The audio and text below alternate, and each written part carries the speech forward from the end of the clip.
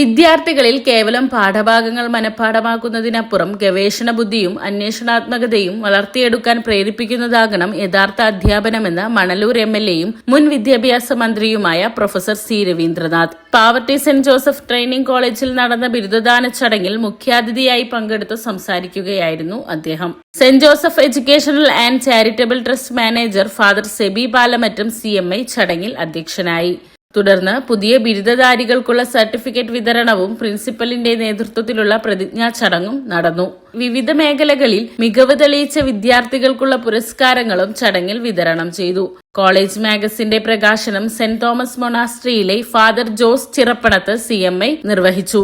ചടങ്ങിൽ college principal doctor Deepa, student editor മേഘ്ന NM, student adviser Deepika CA എന്നിവർ സംസാരിച്ചു. ഉത്കടമായ ആഗ്രഹം കൊണ്ടാണ് ഞാനിത് സൂചിപ്പിച്ചത്.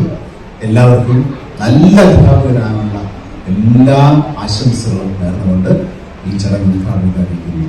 നമസ്കാരം.